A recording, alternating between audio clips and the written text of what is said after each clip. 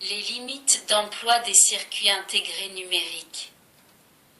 2. Notions sur les microprocesseurs. Actuellement, les systèmes numériques complexes sont réalisés avec des microprocesseurs. Avec les progrès technologiques et l'abaissement du coût des circuits intégrés, l'emploi des microprocesseurs s'est étendu à des secteurs où autrefois on employait des circuits logiques traditionnels, portes logiques, bascules, registres, compteurs.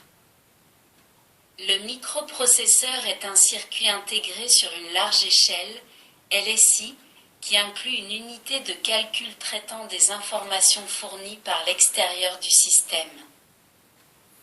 Ces différents traitements de l'information sont déterminés par un programme. Ce programme est constitué par une suite de phases opératoires devant être exécutées dans un ordre chronologique déterminé. La méthode de travail utilisée est sensiblement différente de celle employée pour la conception des circuits électroniques traditionnels. En effet, pour un montage traditionnel, il faut simplement déterminer les composants logiques, portes, bascules, compteurs, registres, nécessaires pour remplir les fonctions souhaitées et établir les connexions entre ces différents éléments. Dans un circuit à base de microprocesseurs, il devient nécessaire d'introduire une dimension supplémentaire qui est la programmation, à savoir que le circuit fonctionne en étroite relation avec le déroulement d'un programme. Ce type de réalisation introduit une nouvelle étape dans la souplesse et dans la flexibilité de fonctionnement des circuits numériques. En effet, il suffit de changer le programme contenu dans la mémoire pour que le système à microprocesseur effectue de nouvelles fonctions. On peut signaler l'utilisation croissante des microprocesseurs dans le monde d'aujourd'hui, machines-outils à commande numérique, informatique, télématique, électroménager, circulation routière, ferroviaire. De plus, le microprocesseur est devenu un produit standard puisqu'il peut remplir des tâches très diverses. Il en est résulté un abaissement considérable des coûts de production. Dans cette brève introduction au microprocesseur, nous présentons figure 12 le synoptique d'un microprocesseur rencontré dans l'électroménager, machine à laver, cuisinière. Ce microprocesseur spécialement conçu pour la commande des appareils simples est souvent appelé programmateur, contrôleur. La mémoire ROM possède une capacité d'1 ou 2 kilooctets et elle contient le programme de travail. La mémoire RAM possède une capacité de quelques centaines de bits. Ce sont les informations relatives à l'état du système et aux organes de commande qui transitent par cette mémoire. Le programme est un ensemble d'instructions, ordres, exécutables dans un ordre donné. Le compteur de programme permet le déroulement chronologique dans l'ordre donné du programme. L'unité de calcul traite les données qui lui parviennent et génère les informations nécessaires à l'accomplissement du programme. L'unité de commande assure la coordination entre ces différents éléments. Ces programmateurs peuvent également posséder d'autres éléments, convertisseurs analogiques numériques, horloge temps réel, minuterie. En principe, un microprocesseur peut traiter toutes les fonctions traditionnellement effectuées par un circuit numérique. Cependant, le système à microprocesseur peut s'avérer trop lent pour effectuer certaines opérations. Il sera, dans ce cas, nécessaire de recourir à des circuits câblés, circuits traditionnels. Par ailleurs, l'utilisation d'un microprocesseur nécessite souvent d'avoir un système de développement associé pour concevoir le programme. Il en résulte donc un certain coût de conception. C'est pourquoi dans un certain nombre de cas, il est encore plus intéressant de recourir à des schémas classiques, porte logique, bascule. 3. Les limites d'emploi des circuits intégrés numériques. 3.1. La fréquence maximale d'horloge. C'est un paramètre dont il faut souvent tenir compte dans la conception des systèmes numériques. Lors de l'examen des compteurs, cette notion a déjà été présentée. Il était apparu que si l'on faisait travailler certains circuits intégrés à des fréquences trop élevées, il se produisait des aléas de fonctionnement, voire des pannes complètes dans certains cas. En fait, cette notion de vitesse limite de fonctionnement renvoie à deux données fondamentales, le temps de propagation d'un signal à travers un circuit donné, porte logique, bascule, et le temps de transition d'un état logique à l'état logique complémentaire, temps de commutation ou de transition. C'est pour ces raisons que le constructeur précise toujours la vitesse maximale de fonctionnement d'un circuit intégré. Cette vitesse, ou fréquence, maximale est de quelques mégahertz pour les circuits CMOS et de quelques dizaines de mégahertz pour les circuits TTL. Cependant, il est bon de laisser un intervalle de sécurité et de ne pas faire fonctionner un système ou un composant à sa fréquence maximale autorisée. D'autre part, le constructeur fournit généralement deux valeurs de fréquence maximale. L'une est la valeur typique, ou valeur moyenne, qui est la fréquence maximale à laquelle beaucoup des circuits du même type peuvent fonctionner. L'autre est la valeur minimale, c'est la fréquence maximale à laquelle on est absolument certain que tous les circuits de ce type peuvent fonctionner. Cette dernière est donc un peu moins élevée que la valeur typique. En général, il faut tenir compte de cette valeur minimale et non de la valeur typique car si l'on travaille à cette dernière, le risque existe que le composant ne puisse fonctionner correctement. Soit l'exemple suivant, compteur CMOS 40193. Le tableau ci-dessous donne les fréquences maximales typiques et minimales en fonction de la tension d'alimentation utilisée. La fréquence maximale est liée à trois facteurs. Le premier, comme l'indique le tableau ci-dessus, est la tension d'alimentation. La fréquence maximale augmente lorsque la tension d'alimentation augmente. Un deuxième facteur est la capacité de charge CL pour une sortie MOS. La fréquence maximale augmente également lorsque cette capacité diminue. Le tableau de la figure 13 indique les effets de ces deux facteurs sur la fréquence maximale. Pour cela, on a reporté les temps de propagation TP du circuit 4011B en fonction de ces deux paramètres. L'augmentation de la fréquence maximale, équivalente à une diminution du temps de propagation, s'explique par la diminution du temps de commutation des transistors MOS. Le dernier facteur est la température. La fréquence maximale augmente lorsque la température diminue. L'exemple de la figure 14 est toujours relatif au circuit HEF 4011B.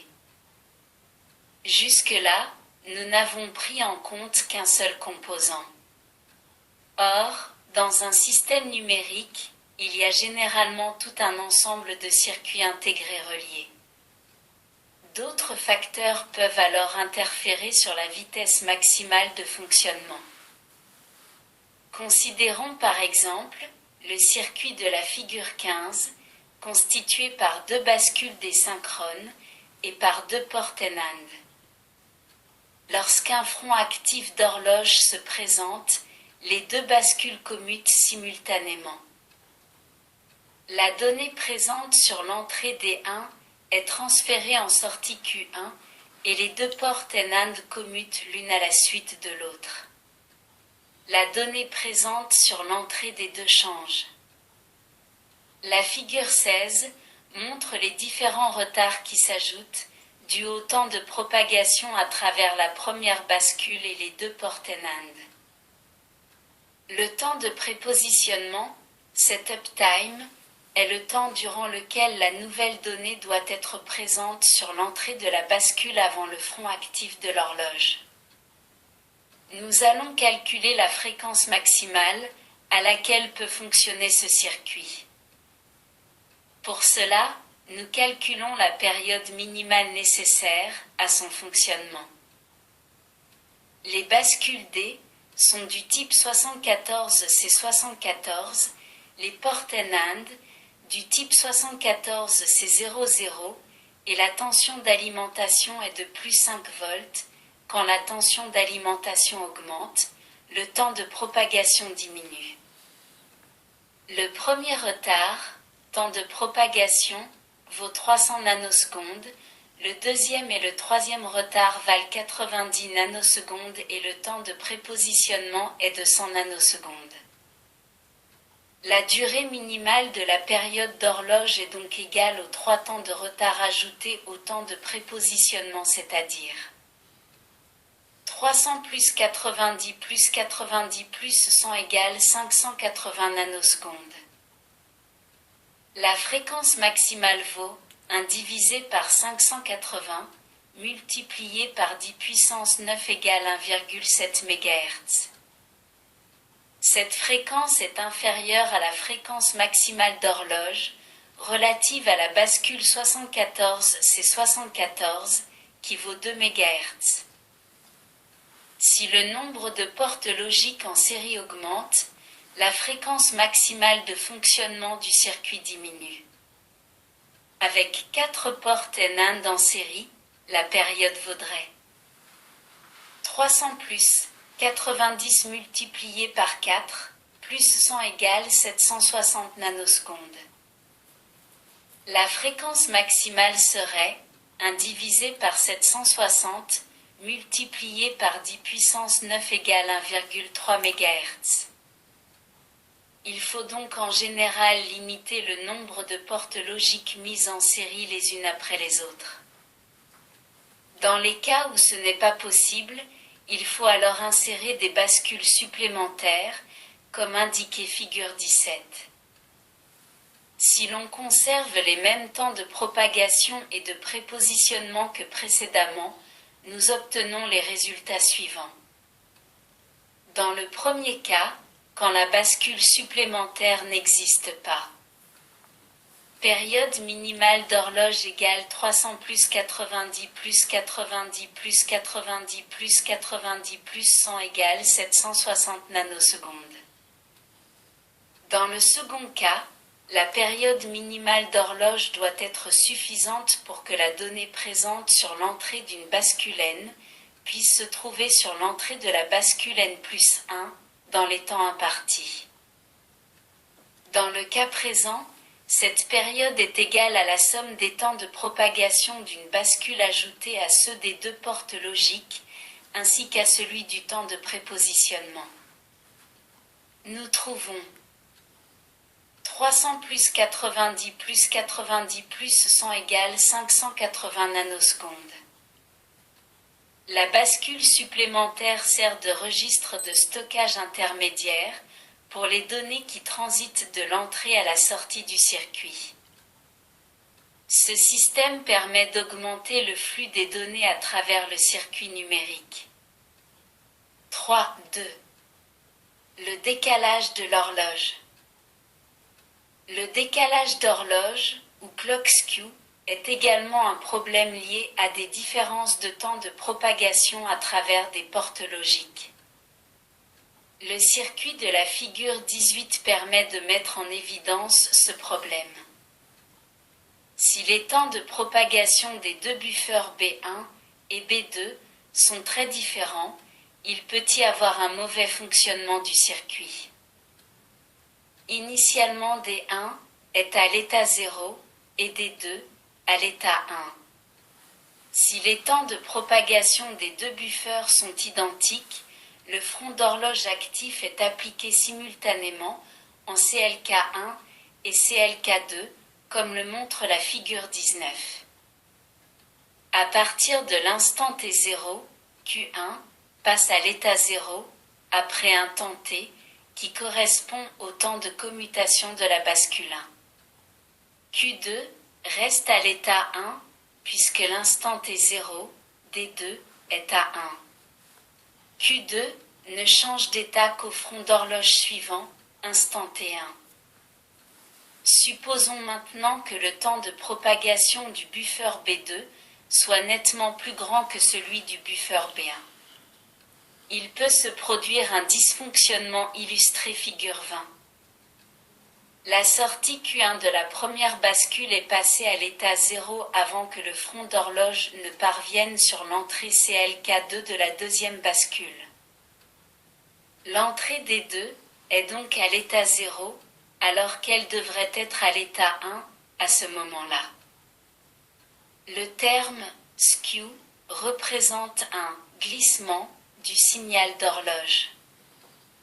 Une solution à ce problème consiste à intervertir les deux signaux d'horloge comme indiqué figure 21. Ainsi, la deuxième bascule commutera un peu avant la première et l'on est sûr que la donnée initiale présente en D2 est transférée en Q2. 3. Les parasites. Les parasites sont définis comme étant des perturbations affectant un signal électronique. Les origines de ces parasites sont innombrables, mais on peut les classer en deux catégories: les parasites d'origine naturelle comme ceux générés par les orages par exemple, et les parasites d'origine artificielle tels ceux produits par un moteur. Ces parasites peuvent être suffisamment importants pour perturber le fonctionnement d'un ensemble logique. Cela peut se traduire de façon concrète par la prise en compte à un moment donné d'un niveau logique H à la place d'un niveau logique L ou vice-versa. En général, on s'efforcera de minimiser les effets des parasites sur un système logique. Il faut noter également qu'un ensemble logique peut très bien fonctionner pendant les phases d'étude et d'essai réalisées par le constructeur et être inopérant une fois installé chez le client. En effet, l'environnement électronique n'est plus le même et certains phénomènes physiques qui n'ont pas été pris en compte au moment de la conception peuvent se manifester à ce moment-là. Ces différents phénomènes peuvent être de nature électromagnétique, émissions radio en haute fréquence, tubes fluorescents, ou de nature statique, charges électriques emmagasinées dans différents substrats tels que moquettes.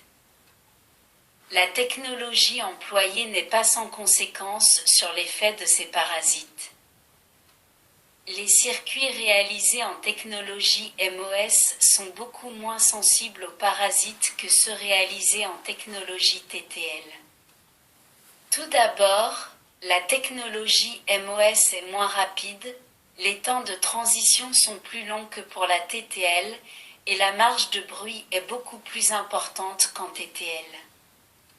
Elle peut atteindre 45% de la tension d'alimentation en MOS, alors qu'elle n'est que de 0,4 volts en TTL. C'est pour ces raisons qu'en milieu industriel à haut risque de parasites, il est préférable d'employer la technologie MOS.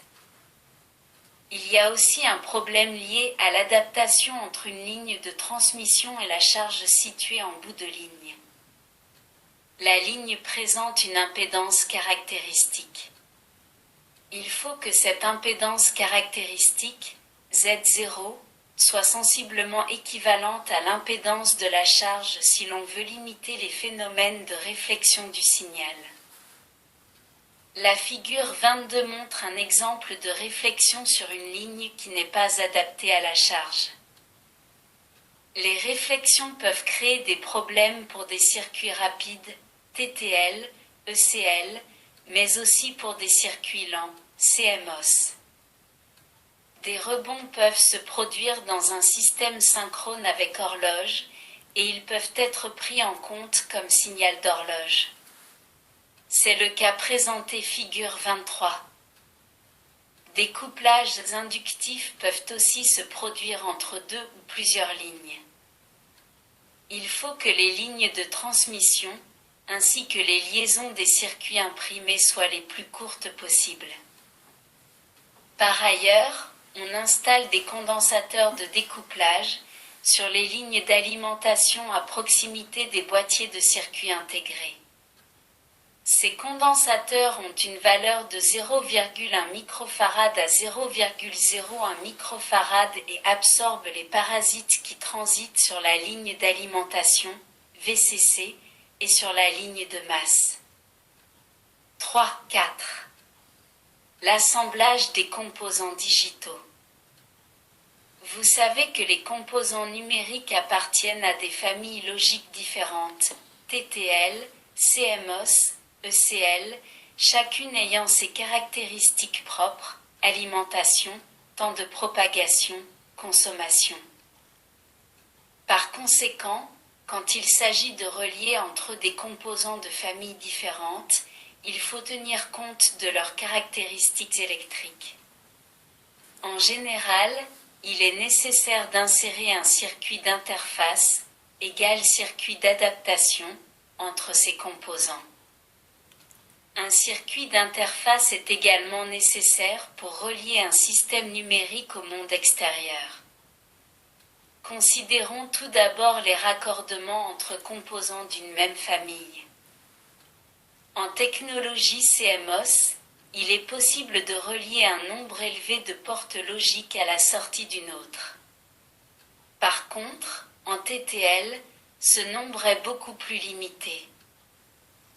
Ces différentes notions, entrance et sortance, ont été vues dans les chapitres relatifs à la technologie des composants.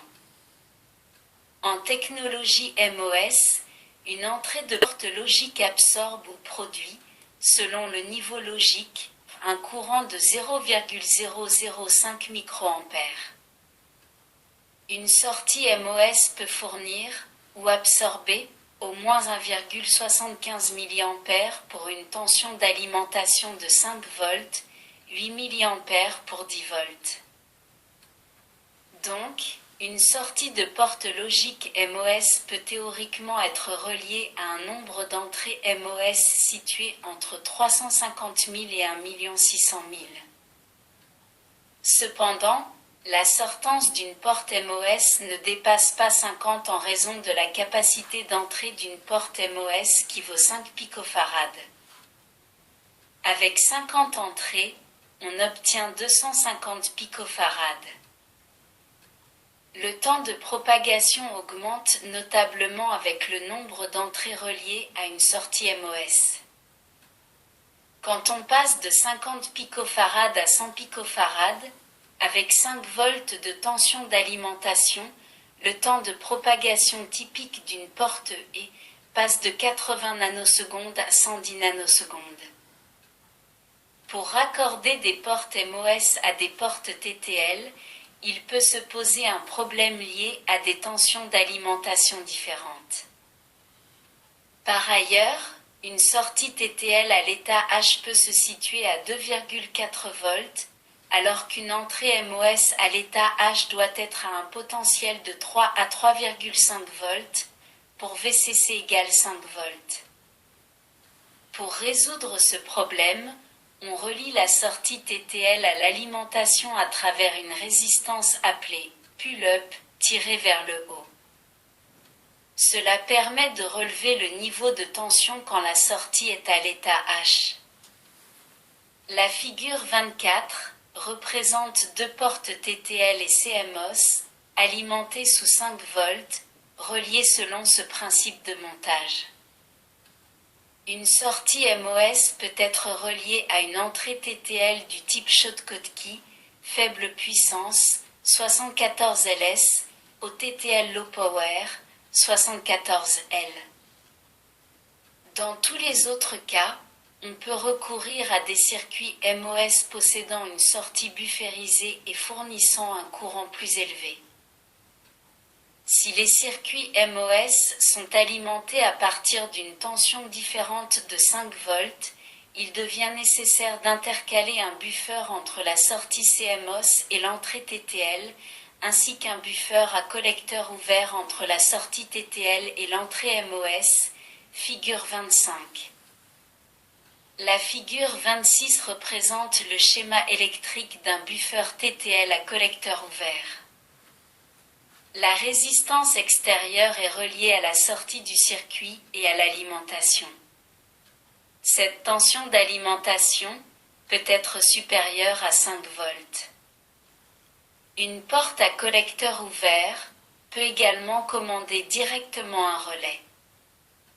Un autre cas à considérer est celui de la figure 27, où un circuit MOS est alimenté entre -5 volts et +5 volts.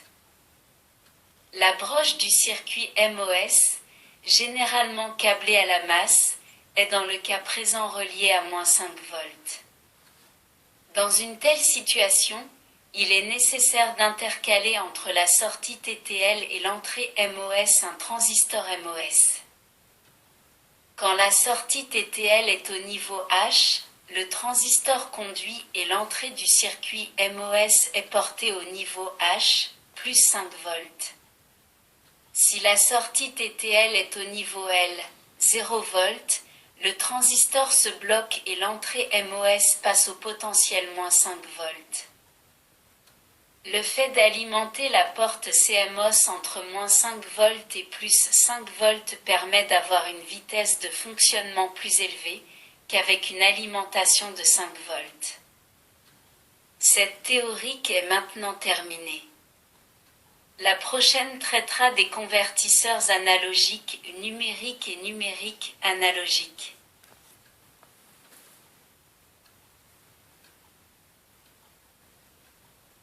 Merci de votre écoute. À bientôt.